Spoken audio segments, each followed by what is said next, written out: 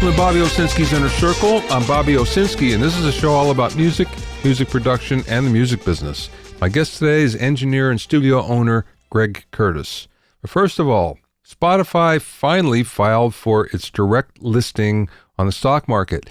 Yes, it's going to be on the New York Stock Exchange, and this listing name will be called SPOT, S-P-O-T. Makes sense? Now, this is interesting because it's not an initial public offering. This is a direct listing. And what that means is Spotify itself is not selling stock, as is usually the case. The existing shareholders will have a chance to sell their stock, but it also means there's no underwriters, so that means the big chunk of that money is not going to investment banks. So this is very, very different. Spotify thinks it can get away with it. The only problem with this is we don't exactly know what the share price is going to be. The estimates are between $90 and $132 per share, but it could well be more or less, and who knows how it's actually going to shake out at the end of the day. If we value the company at anywhere between $90 and $132 per share, we find that it's worth $23.5 billion. $23.5 billion with a B dollars.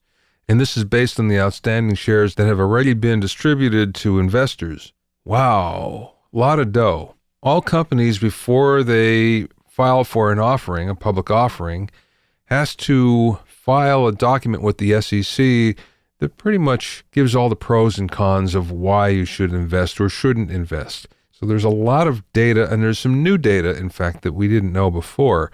For instance, Spotify basically had $5 billion, almost $5 billion in revenue last year, but its losses were almost $500 million, $461 million. Wow, that's a lot. We also found out that users stream about 25 hours per month, and 31% of their listening comes from playlists. Spotify also has almost 3,000 employees. I never would have thought there were that many, actually.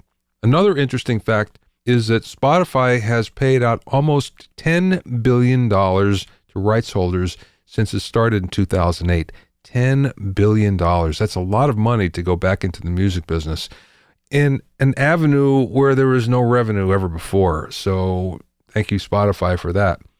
Another interesting tidbit is the fact that Sony Music owns about 5.7%, and the two other major labels own less than that. But figure that Sony should make over $1 billion out of this deal as soon as Spotify goes public, and especially if it goes at about $100 a share or so. That's a lot of money, and we'll see how much of it actually goes back into the pockets of Sony Music artists. I bet it isn't that much. So Spotify pretty soon will be public, and then we'll really see what it's worth, because the stock market is going to tell us for sure.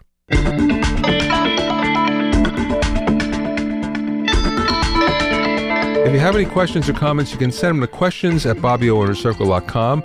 Check out my Hitmakers Club for access to the Private Mixers Facebook group, monthly deconstructed hits, mixing workshop, and Q&A webinars. For a short time, access to my core training module bonus. Go to hitmakersclub.com to learn more. Now, in the music world, I know everybody thinks I'm tough on Gibson, but they're just in the news so much, and here we go again. Gibson laid off 15 people from their custom shop. And when you look at this, you think, wow, that's the one place you probably shouldn't lay off anybody, because it should be making money for them. It should be a real good money maker. But no, they laid off a variety of people from different positions, and this includes many veterans and supervisors. So that's not a good sign, but an even worse sign is the fact that the S&P, Standard & Poor's, lowered Gibson's credit rating yet one more time to a level of CCC minus. And what this means is default is imminent. Boy, that means that you won't find too many lenders that will want to lend them money at this point. Gibson owes $550 million in two stages in July and August. And really, things could come to a head before then, because one of the things we found out is that the company has been receiving monthly waivers from lenders that can be removed at any time. And the reason why is Gibson was supposed to maintain a certain level of profitability, and once it fell below that, all of the terms of the loans basically were no good. And at any time, these lenders can actually pull the loans and request payment like right now. And if that happens, Gibson's done. So we hate to see that. It may sound like I'm hard on Gibson. I'm just reporting the facts. Really, I would love for Gibson to be a healthy company. The music business is a lot better when Gibson is healthy. So let's hope that despite all these problems, it returns to profitability and its rightful place in the music business sometime soon. My guest today is Greg Curtis, who's a session and touring trumpet player and accomplished engineer. He's also the founder of The Bridge Recording, which is one of the busiest scoring stages in Hollywood. The studio regularly hosts sessions for Emmy-winning television shows, big-budget Oscar-winning feature films, record-breaking video games, as well as music recording sessions for Grammy-winning productions.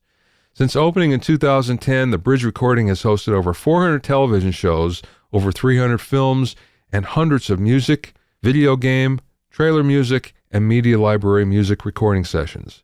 Clients include Disney, DreamWorks, ABC, NBC, CBS, Fox, Universal, Lionsgate, and just about every other major studio you can think of. I spoke with Greg via Skype from the control room of the studio in Glendale, California. I looked at the studio website, and it was really impressive. I got to say, the initial virtual walkthrough was wonderful. Oh, cool. Glad you like that. I wish more studios would do that. Well, it's brand new. That is tip of the iceberg kind of thing. That's a brand new technology from Matterport and my buddies here in LA at Zinvu, and I'm the first one of their clients. So I expect and hope to see more of that coming because it's awesome. Yeah. Come on a walkthrough in the virtual world. The other thing I should say is I just had lunch with Al Schmidt, and he was telling me how much he liked the studio as well. Oh, cool. Yeah, I think he's only been here once, maybe twice. Once on a string date for a Greg Wells project, and it was a great pleasure having him here. My God, yeah, a legend for sure, and it's so great to hear him say that. Yeah, I know he doesn't mess around with faint praise. That's great to hear. Let's go back to the beginning here.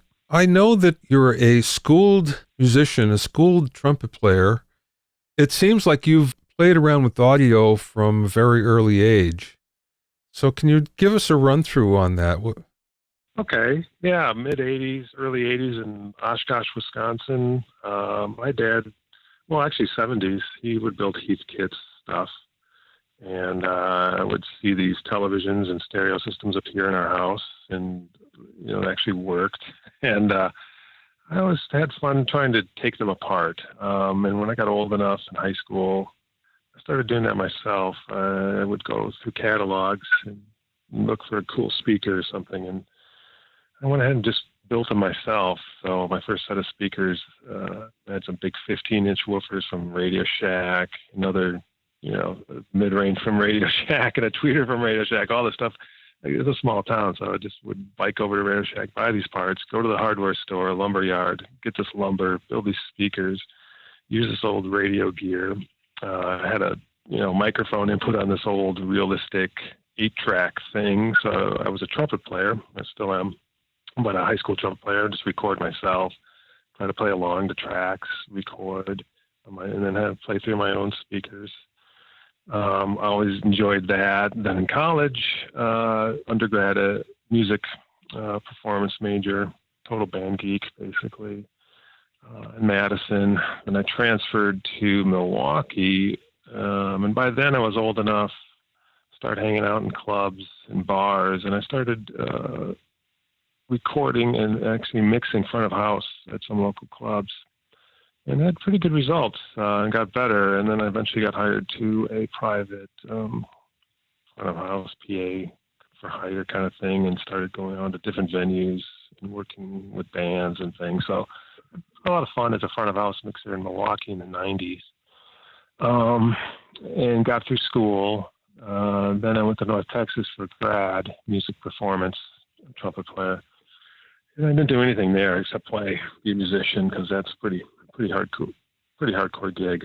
Yeah. There in Texas. got through grad school and decided it was time to make a move. And where do we go? Do we go back to the Midwest, Milwaukee, Chicago?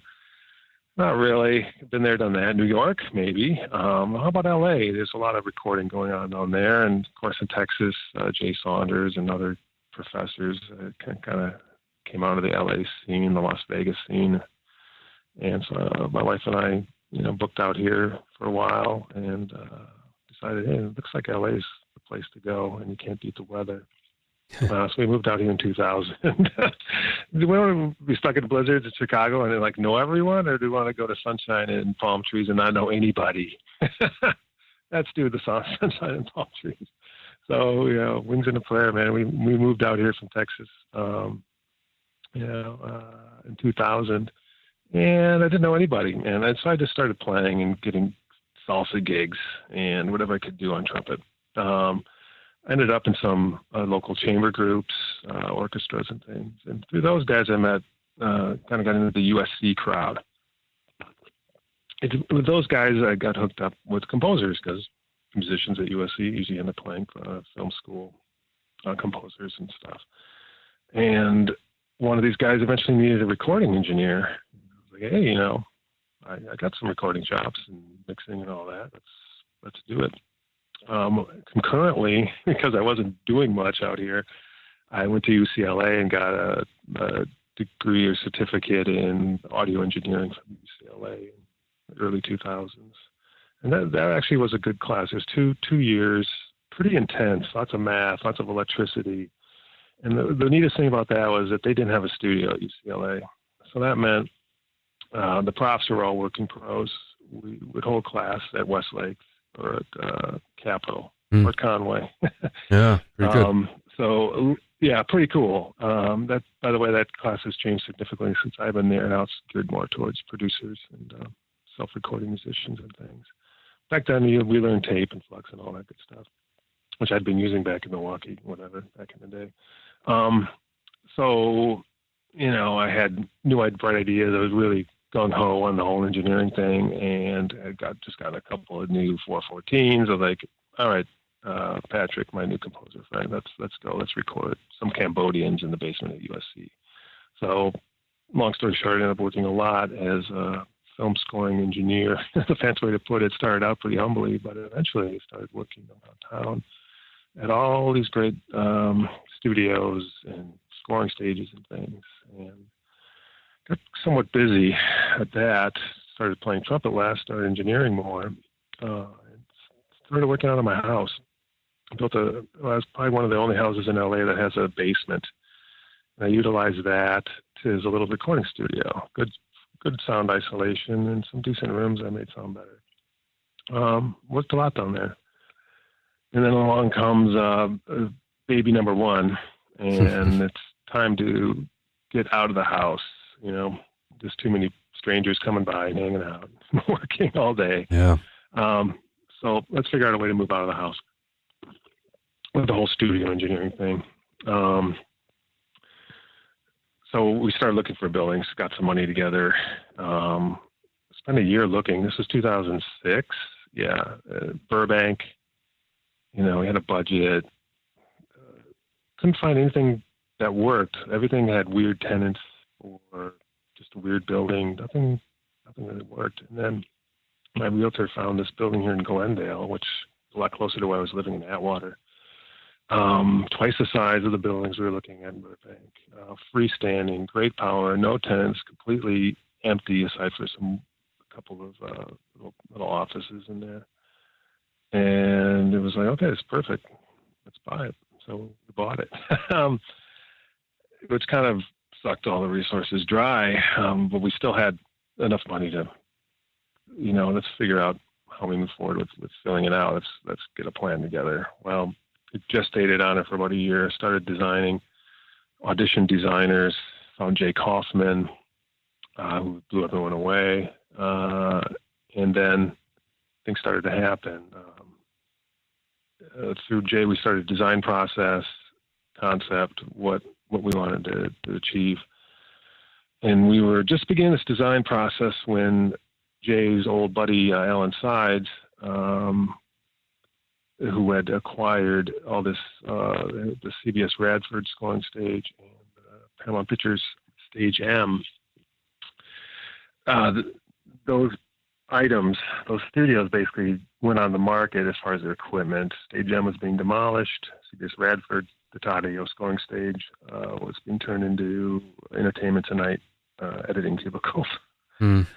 So all of a sudden, there's scads and mics, Starbirds, cue systems, chairs, music stands, breakout boxes, all this crazy important stuff was available here, off market basically. Not cheap, but way lower than you could buy it all retail for sure. And the stuff is all battle hardened and thought out, like the cue system. That's always a hairy deal for orchestral recording. It was all perfected and bulletproof.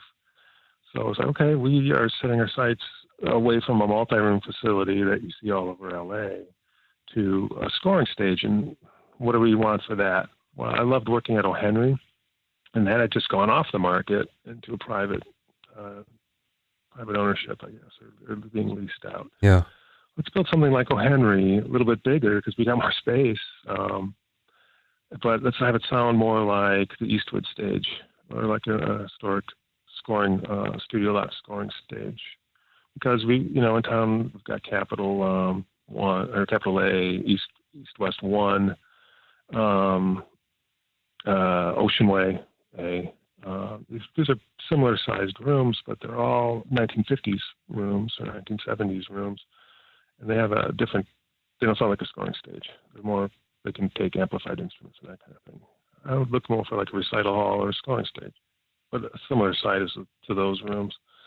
So we went down that road, considering we could buy the equipment and getting money in line, lots of phone calls, make this happen. So, in long story short, the next year or so we spent at Stage M, decommissioning this console I'm sitting in front of right now, gathering microphones, stands, chairs, podiums, gobos, you name it, all this equipment, and started designing and demolition of the building that I'm in now, and going through the city. So that took a while to go through the city, about a year, designing, demolition, construction, and we opened 2010. That's a very short story with that. In the meantime, I'd gone off the market as an engineer. I just became 16 hours a day, 6-7 days a week, working on this project to design with Jay and build this place, and then try to open it. There's a lot of integration that goes on, a lot of testing. And things. So I became more of a scientist and studio builder for about 5-6 years, which was interesting and very rewarding and exciting. It sort of fed this weird mad scientist thing. And thank God I had the resources to do it and a lot of blood, sweat, and tears. And we finally opened, and we had, lo and behold, we actually had clients, which was awesome. Because you do this, and you're off the market for 6 years. And you open up and say, hey, we're ready for business. And then something's got to happen, right? Yeah. And what's going to happen? Luckily, and not luckily, through these contacts I made as a musician, and then through scoring, and then engineering, these guys I was hanging out with and helped me build this place had contacts. And the place was being built correctly, and people kind of fed along with it. When we opened, we had very good, solid TV shows in here right away, including The Simpsons and Person of Interest, and some good folks. The key to our success has been, it was, and is, and always will be for audio or engineering or music in general, is that you just be absolutely competent at what you're doing. Just don't F it up. So that's what we did. It wasn't easy because to get to that point, you screw up. But we tested so much with our friends, with guys who just wanted to do a cheap record, for really low rates, just to work the bugs out. And there weren't that many bugs, which was cool, but just learning the workflow, where things were, how things just sat, and what things we needed, put on the in bin, what needs to be improved. Well, After a few months of that, we got there. what I find really interesting in this is it's a difficult enough operation to open up a commercial studio of any kind. But to go to the next level and do a room specifically for orchestral scoring, wow, Yeah. that's tough. That's been the key. That's the key, though. That's what's making it work for us. It's in the other part of that. Not only is it a new facility and recording, which is like almost like a dying art now. It's just one room. It's binary. We either have a client or we're closed. It's on or off. We don't have multiple rooms all feeding in, trickling like nickels and dimes over the days. It's either we're booked or we're dark. So that's really tough. That's been one of the toughest things to grapple as a business practice. But I think the key to our success is that we honed like a laser in on this one specific thing, orchestral scoring. And it's not like we can't do music when we do plenty of music all the time. It's just no one's willing to pay $500 an hour to, record or do overdubs or scratch tracks, right? Yeah. But our client base has no problem with that. And they appreciate a place that sounds great. Musicians think sound great. It's easy to work in. It's capable and looks great. And everyone's comfortable. It became an easy proposition for them to say, okay, we found the place we want to do this TV show or this new series, and it's repeat clients, and it's building. We were up 20% last year in business and making money. So I'm so gratified by that because it's scary and perilous. You don't really realize how scary it is till you do it. Sure. It's just a notion until it's real, and believe me, it's real. Well, one of the interesting things here again is the fact that you have a really specific niche, but Yep. I think you probably hit it at the right time because there are fewer and fewer of those rooms around than there used to be. Yeah, there's attrition. It's the last man standing thing. Yeah, for sure. And we timed it right in a number of ways. 2008, we started building. There was a huge economic crash. So labor and materials were on the market, cheap for building a place, any kind of place. So easy to find workers, easy to negotiate price. And we got opened around 2010, 11, just as these new TV shows started happening. Walking Dead was an early client. These cable and now network and streaming shows have really brought up the level of scripted television. We saw the end of the of non-scripted television. And we're seeing a huge popularity rise of high budget, high quality scripted television, and it's just growing and snowballing. As Amazon and Netflix are booking the stage for their programs, and that's excellent. So we timed it right there too. And like you said, Greater LA has so many multi-room studios built in from the 50s to the 80s, but not many rooms of this size and of this capability is less than a handful left. So that plays in our hands as well. And that's ignoring the rest of the world, who is also a competition. Yeah. By the way. What's the story behind the name of the studio, behind the bridge? Oh, the bridge it's just a great term. When you're incubating this project and building it and blood, sweat, and tears and all that, you want to name it right. And we went through a couple of iterations until we came upon the bridge, and that was my wife's father's suggestion. And it just makes sense. It's a concept. It's a physical object. It's even somewhat philosophical in a way. It's a musical term. It's a musical instrument term. It's just a way, and philosophically, bridge old and new. It's a violin bridge. It's part of a musical composition. Yeah. It just fit perfectly for us. That was it. We became the bridge. You had a very specific outlook or approach, I should say, or idea about the acoustics of the room. How did you come upon that? I like Capital A. I like East West One for what they are, but for my visualization of this kind of music, I want something more lush, less bass trapping, not out of control by any means, but flatter across the spectrum. and something that you could combine with basically overdubs. If you were to do a project, say at Eastwood Stage, Warner Brothers, and then do maybe strings or brass or something here, you'd be able to meld them into each other without a problem. I wanted a similar acoustic statement of these larger stages in a smaller room, and we were able to achieve that. It took a while of room tuning, which you do with any good room, but the dimension of the room did work out for that. I wasn't able to hit my goal with reverb time, which is like 1.2, without it getting a little wacky. So we got 0.8, which is excellent. Mm-hmm. And, it's a big secret here. Hollywood films use a lot of reverb. Yeah, right. But the reverb is different, though. It's a very latent effect. You hear the initial attack, and then the reverb is this tail that's maybe down 40 dB from the initial noise. Initial sound, I should say. I wanted something lush and diffuse. So you basically you could put a mic anywhere, it's going to sound great. Those are two of the sound concepts. Big and lush, very diffuse.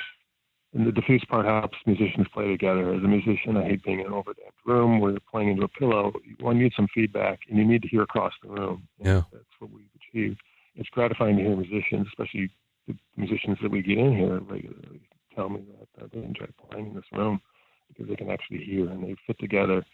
And then the room sounds better because the musicians are playing together, and then the clients are happier. So it's a snowballing effect. So I didn't want to build another Bill Putnam room. I didn't want to build something from another era. I didn't want to build something that would withstand crushing Marshall stacks. I wanted something that would acoustic instruments could blend, and that's what orchestral recording, acoustic recording is all about.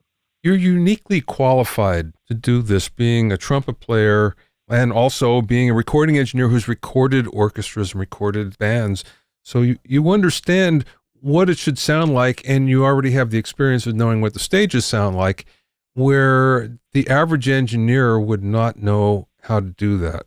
Yeah, sitting in the back of, I was in the Milwaukee Civic Symphony for 4 years maybe, second trumpet, and sitting in the back of an orchestra for that long a time, and that was just one orchestra that I was in, you really get a sense of what, in playing all sorts of music from Monteverdi to Philip Glass, what's that sound concept? And sitting in the audience a lot too. I always went to concerts.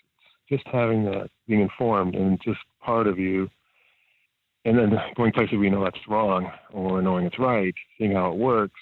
And then, like you said, doing all this work outside at other places, you'll say, well, that works there.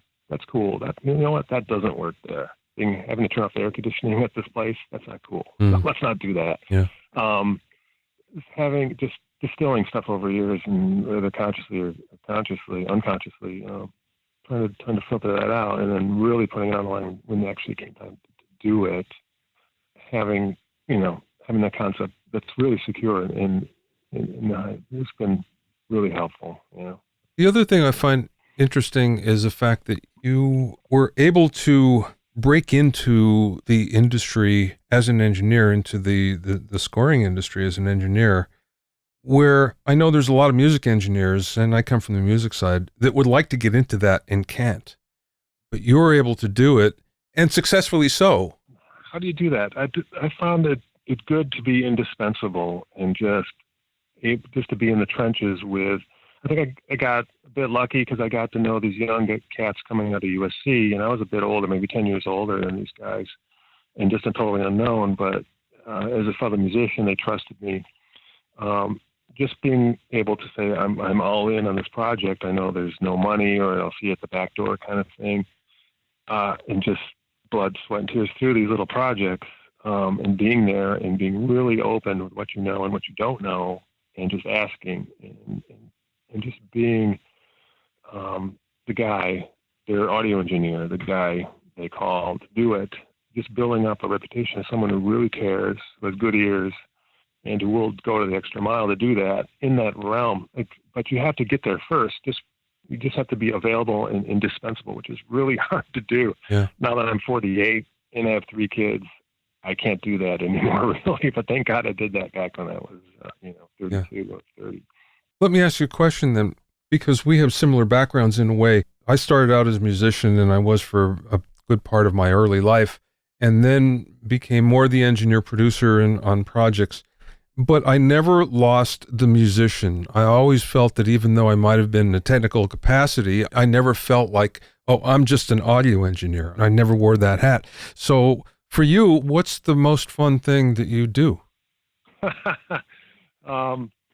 Being a musician, I can't deny it. I would, if I were in the perfect world, I would just be a musician, just be an artist. Yeah. That's really where my heart is. Yeah. And you, like you said, you can't lose it. And it's almost like you can't not do it.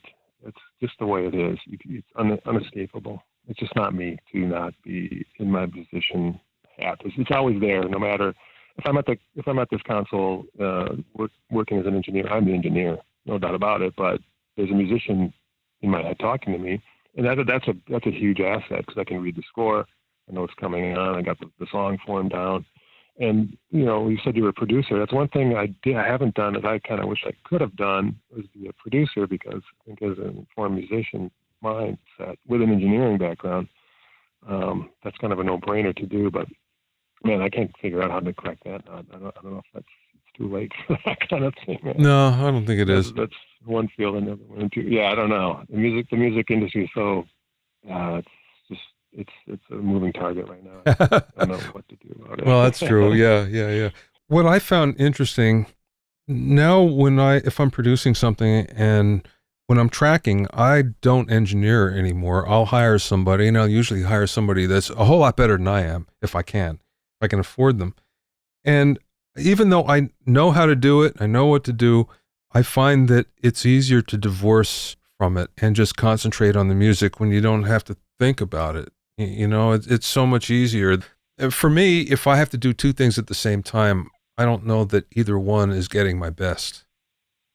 There's a sacrifice. Yeah, I know. It's kind of a struggle. When I opened this place, I wanted to be basically an assistant engineer. I wanted to be engineering on everything that came in the door.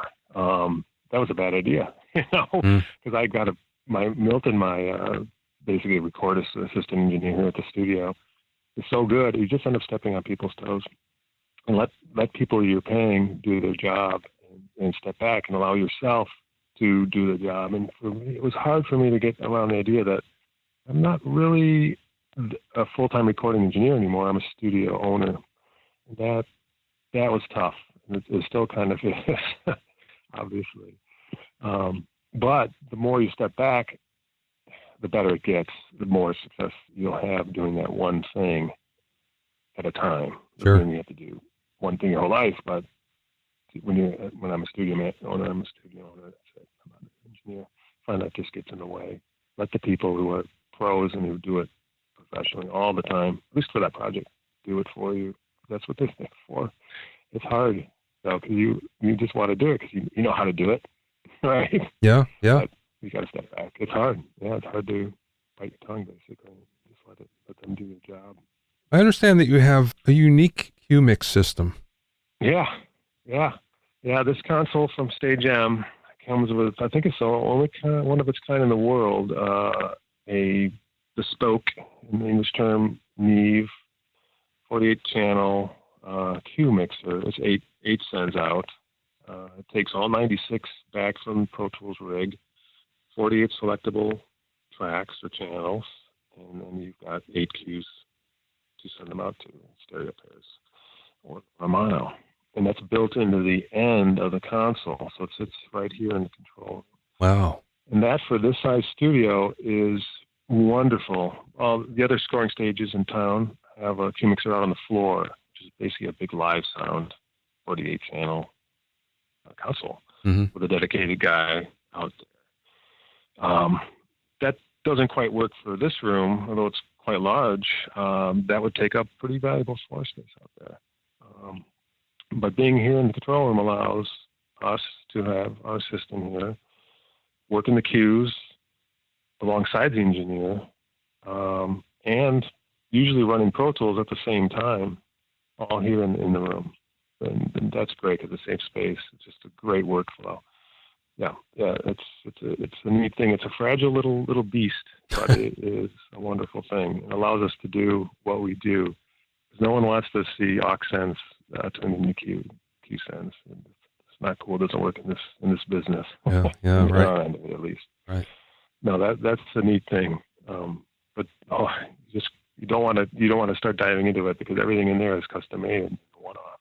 Oh, I see. Yeah. It's a fragile thing, but it hasn't been a problem. It's worked solid. I took notice in the studio virtual tour on your website, there was an ISO room with a harp in it.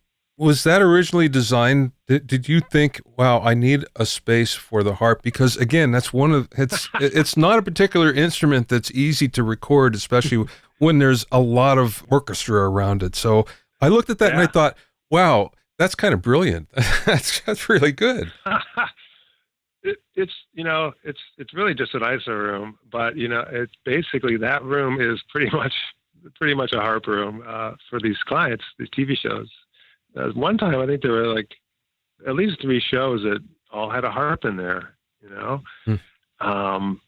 It just works out the way, and you're right. It's just easier to record, and you don't have to record the harp for every take. If they do one good take, they're done. They don't have to sit through more overdubs. I like to do a ton anyway, but it's just clean. And there's one engineer who puts an MS on it. There's all sorts of exotic miking I see on those things.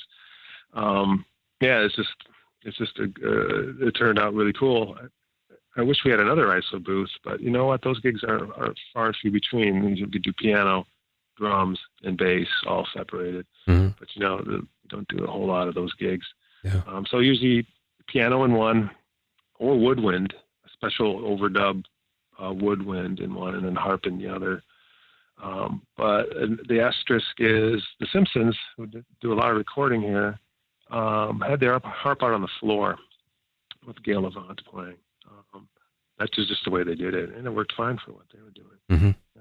I think one of the reasons is because there were 9 timpani and kitchen sink perk in the harp room, and no room for a harp. And then the other room was a full drum set with Bernie Dressel or MIDI in there, and then there were 2 pianos and 4 MIDI synth rigs. It's just craziness. So harp out on the floor. But usually, harp will be in that booth. And we did that tour of photography during this setup for one of our recurring daily weekly TV shows. Last question, Greg. What's the best piece of business advice that maybe you learned along the way, or maybe you received from somebody? Focus. Focus on what you're doing and be competent. You have to know what you're doing, or you're not going to do it again. That is paved the way to success. When you get to that level, at the beginning, as a solo engineer, yes, I would experiment and flounder about a bit. But when you open a business, then things change. You have to know what you're doing and be focused, and you have to ignore distractions. So focus and competence are the 2 big things. Another thing, this is more than one reason. Hire people that are smarter than you, have been there, been in the trenches. I've got a great manager of the studio, Vicky Giordano. Milton, our first engineer, is a battle-hardened veteran. My designer, Jake Kaufman, started in the 70s with Ocean Way. Just can't get better people than that. Just surround yourself with well-informed folks that are smarter and been there before you. And stay focused on your goal. Don't get distracted. And be a nice guy. Be a real human being. You can really screw things up if you're a jerk, and people don't last too long. To find out more about Greg and the Bridge Recording, go to thebridgerecording.com. That's one word, thebridgerecording.com. Thanks for listening and being in my inner circle. Remember, if you have any questions or comments, you can send them to questions@BobbyOInnerCircle.com. To listen to other episodes of Bobby Owsinski's Inner Circle, go to BobbyOwsinski.com and select the podcast tab, or go to BobbyOInnerCircle.com, or find it in iTunes, Stitcher, Mixcloud, and Google Play.